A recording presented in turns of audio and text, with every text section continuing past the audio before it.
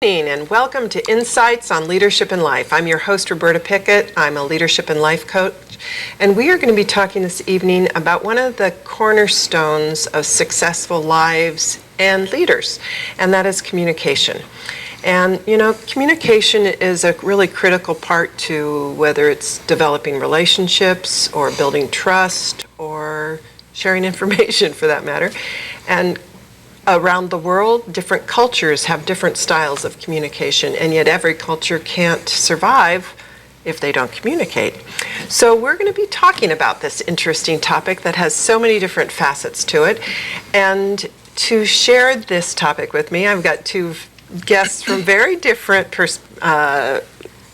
professions and ways of life. And so we are going to be sharing this tonight with Cynthia Dunn-Selph and John Sullivan. And Cynthia, you are a clairvoyant, medium, and healer. And an artist. And an artist. And yes. You have been teaching and giving readings for 25 years or more? Yes, almost closer to 30. I added it up the other day, and it was... It's like, oops, I fibbed. Yeah.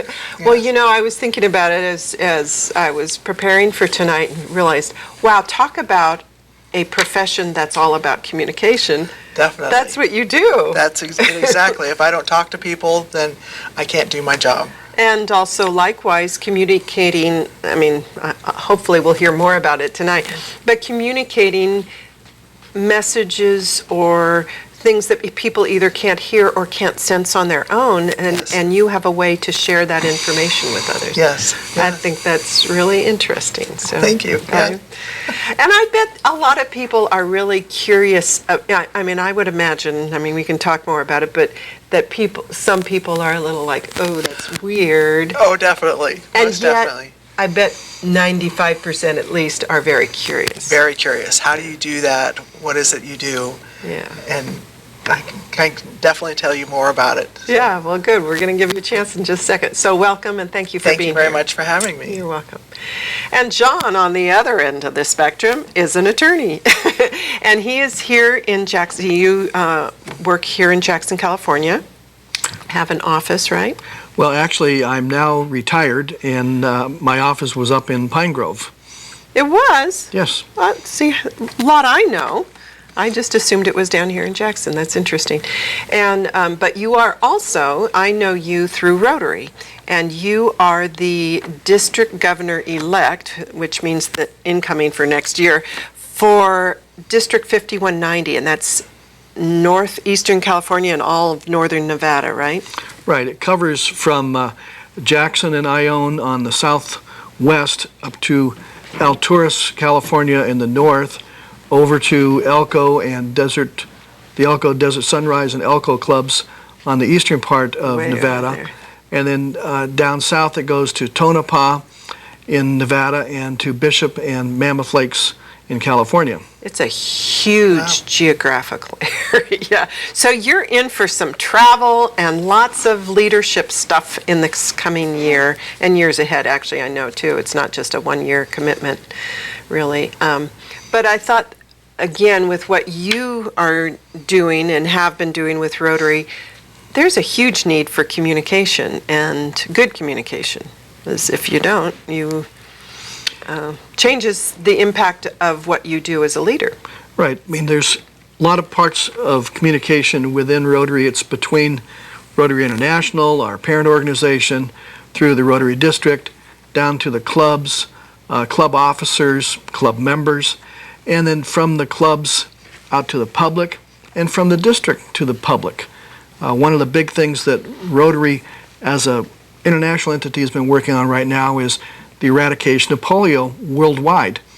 And you speak to somebody in California that's under the age of about 50, they say, what's polio? Yeah. And if you explain to them things like the iron lungs and kids not being able to go in swimming pools, they get a little bit of a hint of it, but they don't really understand the complexity of transmission of polio and the fact that you can't just say, well, it's free in the U.S., it's free in Europe, it's free in South America. If you still have some elements of polio any place in the world, people travel, the disease can travel, It can And it could spread back again. That it could. Yeah. Yeah, so a lot of totally different types of communication, from very personal interaction to more of a marketing perspective to also to just informing and sharing information, right? Yes, on the aspect of communication and kind of being unique, the Rotary International president was in Reno a few weeks ago and spoke to us about his experience in the area with the Taliban. And there was a Taliban with a child who had polio, and the Rotary International president was talking to him about getting the rest of his children inoculated, and he was refusing and saying it was God's will. And they had a further discussion about why they're all wearing heavy jackets. Well, because it's cold, and if we catch a cold here and go home, it becomes something more serious, and we could die. And so the president said, well, wouldn't that be God's will? The long and short of it is, eventually the man allowed his children to be vaccinated. It's too late for the one child, which is unfortunate, but he was able to convince the man to have the rest of the children and to communicate within his village why they should get vaccinated. So it was a very positive communication done kind of in a unique manner. And not only, we were talking before we started here about breaking down barriers so that there's a place of agreement and understanding, human connection before you can sometimes actually communicate or share something important. And I think that's a great example of that. Well, we have a few minutes before we want to get too heavily into the subject, and I want to find out actually more about your backgrounds and who you are. So we have 2 or 3 minutes each if you could share, and it's my rules, so girls first. So Cynthia's going to go first. Well, let's see. Originally from the Midwest, I moved to the Bay Area in the late 70s and started taking some classes at a place called the Berkeley Psychic Institute, which set me off, of course, on a completely different path than where I thought I was headed. Really found that I was pretty adept at being able to read energy, which is basically what I do. From there, I ended up back in Phoenix through happenstance, and Or not. yes. And I've been longing for California again. So last year it was time, and packed everything up and came back to California. Only instead of the Bay Area, we decided to head for the hills. Yeah, well, welcome to the hills. And I just love it here. Just That's absolutely great. love it. And I found such a community up here, That's super. especially of women. Very strong, accomplished, supportive. Very strong, supportive community. It is. It's amazing. I think that's one of the things that, having moved up here too, people, when they first heard that we were moving here, they're going, there's nothing to do there. And it's like, you have no idea. Yeah. There's a lot of culture, there's Yes, a lot exactly. of community, there's a lot of activities that are Yes. very community and oriented, and we support each other. So, Definitely. well, welcome both Thank to you the very show much. and to Amador County. It's Thank great. you. I'm Yeah. glad to be here. I think about, you mentioned clairvoyance, obviously, and I consider myself intuitive, maybe perceptive, and it seems like clairvoyance is a net, you've built that muscle stronger. And that's really basically all it is. Clairvoyance is sort of a catch-all phrase. Clairvoyance means clear seeing. But I get information a lot of different ways. Basically, I believe that everybody has intuitive abilities. Yeah. It's just that we filter all of this information that's coming at us all the time. Or we don't give it credit. Correct. We doubt devalue it and Our doubt ego it. gets in the way. Yeah. We don't just let it that pure thought come through. We have to qualify it. So what I've done basically is learn how to unfilter and how to trust that information. And through validation with the people I work with, that has just gotten stronger and stronger over the years. And I would imagine, people are going to tell you if Exactly. if it doesn't click, if it doesn't really fit. Right, Yeah. right, if it doesn't resonate for them. Right. And a lot of times I've had people say that in a reading and then come back a week later. And say, whoa. So it may not even make sense at the time, but they weren't quite ready to hear it.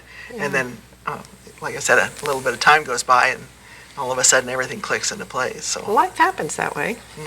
We're not always ready to hear what happens to us or what's that's it, around exactly. us. I say the biggest part of my job is just to validate someone's experience. Yeah, Is really to be a mirror for what's going on for someone. get that. We have a few minutes left, John, so it may not get through your whole background, but if we don't, we'll continue it on to the next segment. So, Well, if I could, I'd like to hit on the subject of clairvoyance just for a second. sure, And, we can do that. some people may discredit it, but I know I don't understand all of the things that created us, the atoms and black holes and all these other things, and how the internet works. Exactly. But, so I can't understand people just throwing something out of hand. Just say- because they don't understand it. I mean, Right. there's a lot of things in life that I don't understand. So who's to say that the clairvoyance is not 100% online? So. Well, my guess is that you, and I think you said it too, Cynthia, that you have gut instincts or gut reaction. You have a sense of, oh, I bet that person is upset, or wow, that person's happy. What you're doing is you're just being intuitive. You're picking up the energy that they're giving out, and what Cynthia does is, and I'm making an assumption, is you just take it a next step further. Exactly. We're actually going to take a break here. We'll get you in the next segment. We have a commercial break coming up, so please stay with us for more insights on leadership in life.